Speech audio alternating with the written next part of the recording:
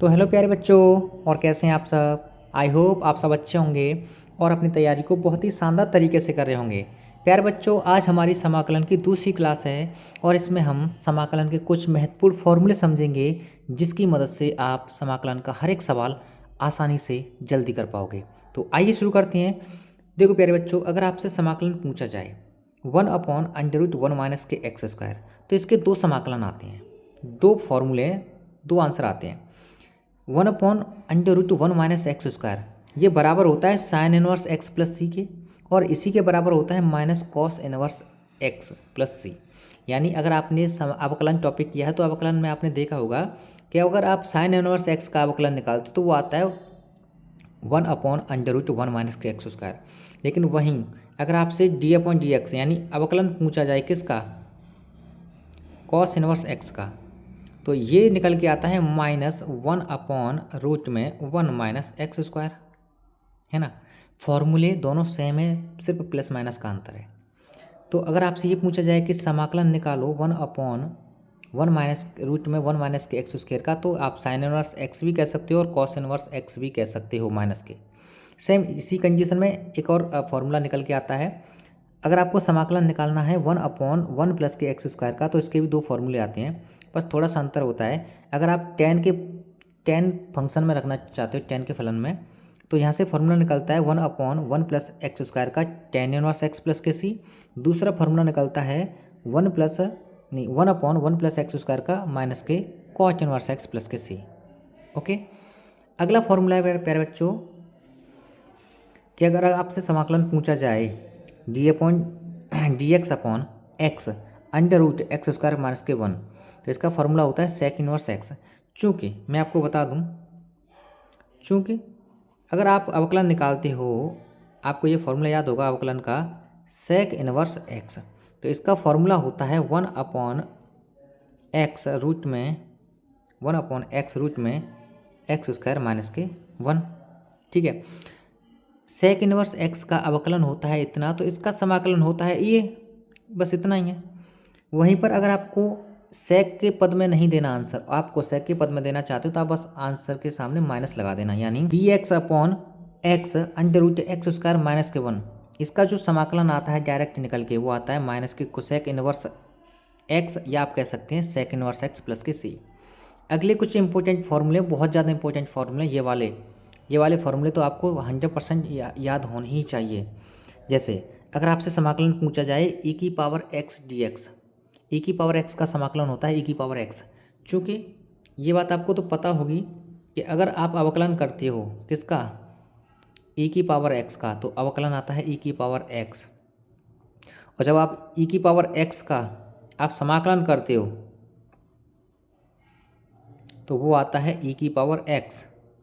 ठीक है, अगला समाकलन है, अगला सूत्र है 1/x का समाकलन होता है लॉग मोड में x प्लस के सी, क्योंकि यहाँ लॉग में माइनस की वैल्यू नहीं आती है। अगला सवाल है e⁻x dx, यानी e⁻x का जो समाकलन होता है वो कितना होता है। e⁻x का समाकलन होता है e⁻x अपॉन लॉग बेस ई ए प्लस के सी।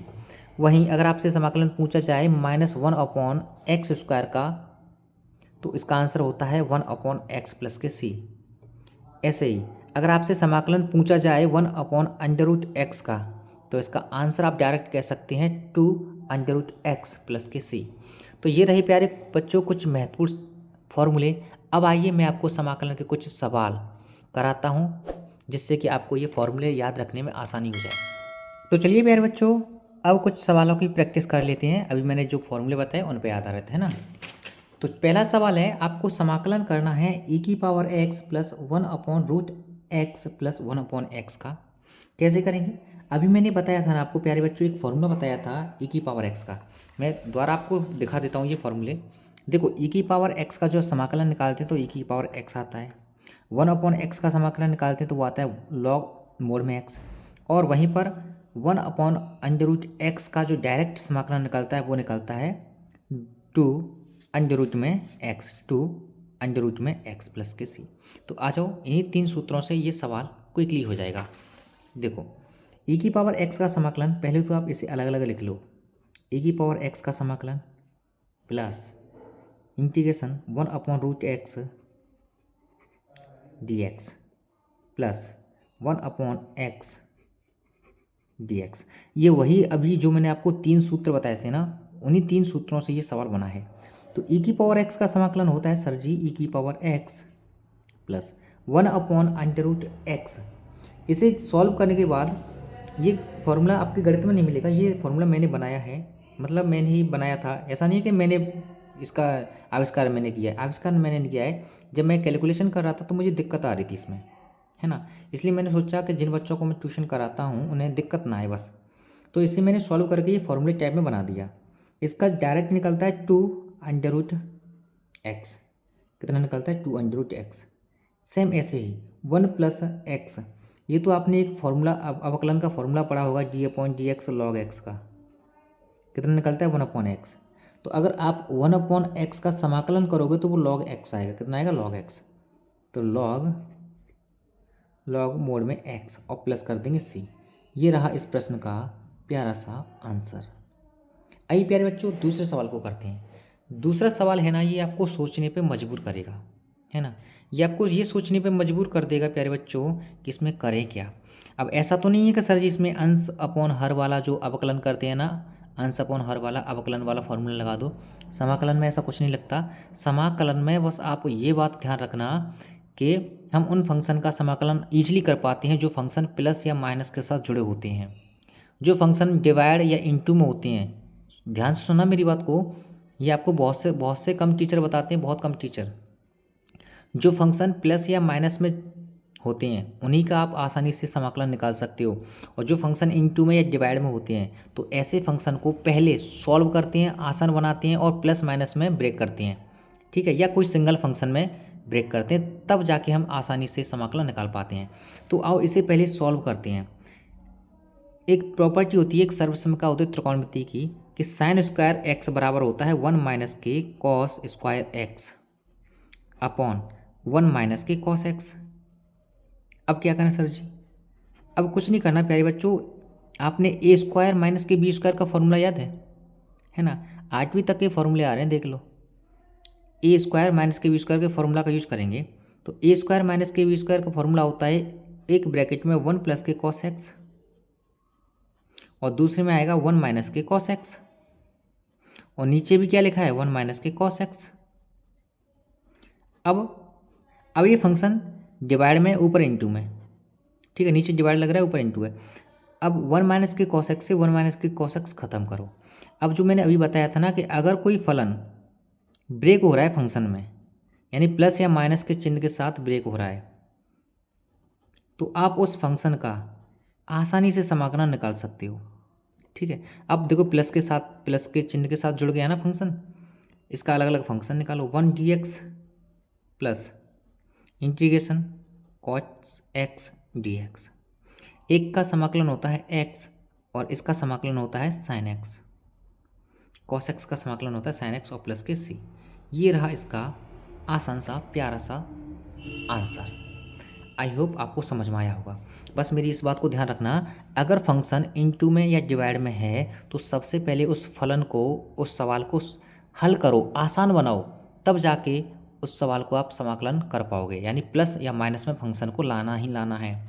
यहाँ फंक्शन प्लस के चिन्ह के साथ जुड़ा हुआ था, अलग अलग फंक्शन से आसानी से कर दिया। अब देखो ये वाला जो सवाल है इसमें आप सोच ही नहीं पाओगे, मैं तो आपको सोचने का नज़रिया बता रहा हूँ।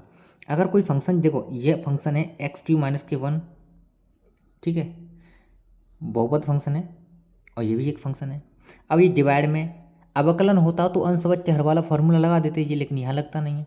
तो पहले क्या करेंगे, इसे सरल करेंगे। करो कैसे सरल करेंगे, तो ये मुझे फॉर्मूला नज़र आ रहा है कि x³ - के 1 का क्यूब, यानी a³ - के b³। क्या फॉर्मूला होता है, a³ - के b³ का फॉर्मूला होता है सर, एक ब्रैकेट में x - 1 रखो, दूसरे में x² + 1 + के x रखो, और अपॉन में भी क्या है x² + के 1 + के x। इसका हमें इंटीग्रेशन करना है विद रेस्पेक्ट टू x, है ना। अब x² + के 1 + के x, और नीचे भी हमें क्या दिखाई दे रहा है x² + के 1 + के x। इससे ये वाला पोर्शन कट जाएगा। क्यों कट जाएगा? डिवाइड लग जाएगा क्योंकि इनटू में है। अब हमारे पास जो फाइनल फंक्शन बचा है वो बचा है x माइनस 1 का इंटीग्रेशन। मैंने अभी बताया था कि अगर कोई फलन प्लस या माइनस के चिन्ह के साथ आ रहा है तो समझ लो कि आसानी से हम समाकलन कर सकते हैं, है ना। तो यहाँ अलग अलग समाकलन करो, x का अलग से समाकलन करेंगे, माइनस के 1 का अलग से समाकलन करेंगे, तो हमारे पास जो हमारा फाइनल आंसर निकल के आएगा x का समाकलन क्या होता है। अभी मैंने आपको बताया था ना कि x की पावर n का जो इंटीग्रेशन होता है, क्योंकि इसकी पावर 1 है यहाँ पे जो आपको दिखाई नहीं दे रही है, लेकिन मानना पड़ेगा कि 1 होती है। इसका जो समाकलन करते हैं वो आता है x की power n plus 1 upon n plus 1। यहाँ पर पावर 1 है यानी n में 1 जोड़ना पड़ेगा, 1 1 2 होगा और बच्चे में भी 2 आएगा, और यहाँ से 1 का समाकलन होता है x। तो ये रहा इसका प्यारा सा आंसर। आई होप प्यारे बच्चों आपको समझ में आया होगा। अगला सवाल है प्यारे बच्चों, अगले 2 सवाल हैं, बहुत इंपॉर्टेंट सवाल हैं और ये सवाल आपके बेसिक अंडरस्टैंडिंग को डेवलप करेंगे, है ना। अब प्यारे बच्चों ये सवाल है, ये भी बच्चे में है, ऊपर अंश है नीचे हर है। अब इस सवाल को कैसे करोगे? कुछ नहीं सर, डिवाइड में ना सबसे पहले सवाल को आसान करो। आसान करते हैं पहले। तो मैंने एक प्रॉपर्टी बताई थी पिछली क्लास में, अगर ऊपर a माइनस बी लिखा है, ये इसकी पावर 3 है या इसकी पावर कुछ नहीं है, और नीचे हमारे पास a की ही वैल्यू से डिवाइड कर रहे हैं, जैसे c से डिवाइड कर रहे हैं, तो इसका मतलब ये है कि मैंने a क्यूब में भी भाग देना है c का, मैंने b में भी भाग देना है c का। सेम यही प्रोसेस हमें इसमें अपनाना है। तो एक्स क्यूब में भी भाग लगाएंगे सर जी एक्स स्क्वायर का, माइनस के 1 में भी भाग लगाएंगे एक्स स्क्वायर का, तो यहाँ से फंक्शन ये क्रिएट हो गया। अब सिंपल है और सिंप्लीफाई कर लो इसे। कैसे करोगे? x की पावर 2 यहाँ पर, वहाँ पर 3 है, तो कितना बचेगा? x की पावर 1 बचेगा सर जी, और dx कर देंगे, इसका समाकलन अलग से निकाल देंगे। माइनस x की पावर ऊपर ले जाओगे तो -2 बचेगा और इसका भी अलग से समाकलन कर देंगे, ठीक है। अगला स्टेप सर जी x की पावर 1 है यहाँ पर, तो इसका समाकलन तो निकलेगा एक्स स्क्वायर अपॉन 2, लेकिन इसका समाकलन कुछ अलग निकलेगा, यानी इसका निकलेगा माइनस x की पावर -1 अपॉन -2 प्लस के 1। अगला जो स्टेप आएगा हमारा एक्स स्क्वायर अपॉन 2, इसे सिंप्लीफाई करते हैं। यहाँ से देखो 2 में से 1 जाएगा तो माइनस बचेगा, और माइनस से माइनस क्या हो जाएगा? इंटू में प्लस हो जाएगा, और उधर बचेगा x की पावर -1। आप इसे और सिंपल करना चाहते हो तो एक्स स्क्वायर अपॉन 2 और एक्स की पावर माइनस है यानी x इनवर्स है, तो उसे नीचे ले आएंगे तो ये बचेगा 1 अपॉन x। ये रहा इसका फाइनल प्यारा सा आंसर, ठीक है प्यारे बच्चों। अगला जो सवाल है, अगला सवाल भी बहुत इंपॉर्टेंट सवाल है और इसका आंसर आप डायरेक्ट निकाल सकते हो अगर आपको फॉर्मूले याद हैं तो। यहाँ तो 2 फॉर्मूले लग जाएंगे, यहाँ और यहाँ। तो चलो कैसे करते हैं, देखो सबसे पहले फंक्शन ब्रेक हो रहा है ना प्लस माइनस में, कोई दिक्कत नहीं, कोई कुछ भी आसान नहीं करना है इसमें तो हम इसे डायरेक्ट कर सकते हैं। कैसे? सबका अलग अलग इंटीग्रेशन निकालो। x की पावर 2/3 dx प्लस इंटीग्रेशन 2 को आगे रखो, e की पावर x रखो, dx लगाओ, माइनस इंटीग्रेशन 1 अपॉन x और dx।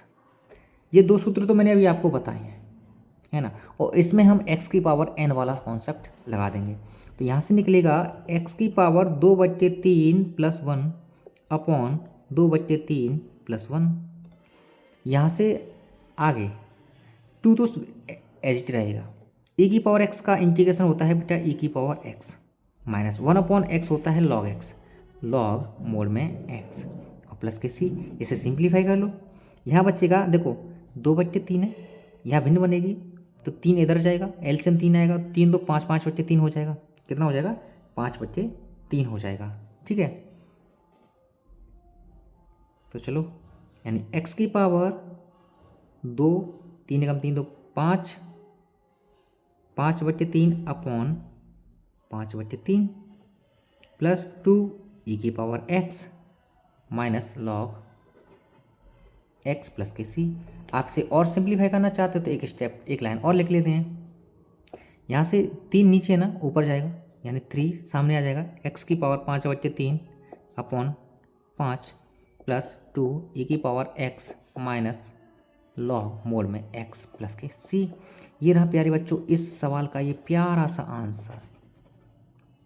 आई होप आपको ये सभी सवाल बहुत अच्छे से समझ में आए होंगे।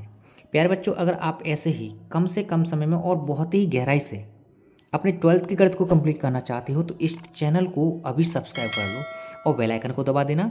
और साथ ही साथ आपके जो दोस्त हैं जो आपके गणित में कमज़ोर हैं उनको ये चैनल के बारे में ज़रूर बताना प्यारे बच्चों, ताकि आपकी मदद से उनकी मदद हो जाए, है ना प्यारे बच्चों। तो मिलते हैं अगले क्लास में। धन्यवाद।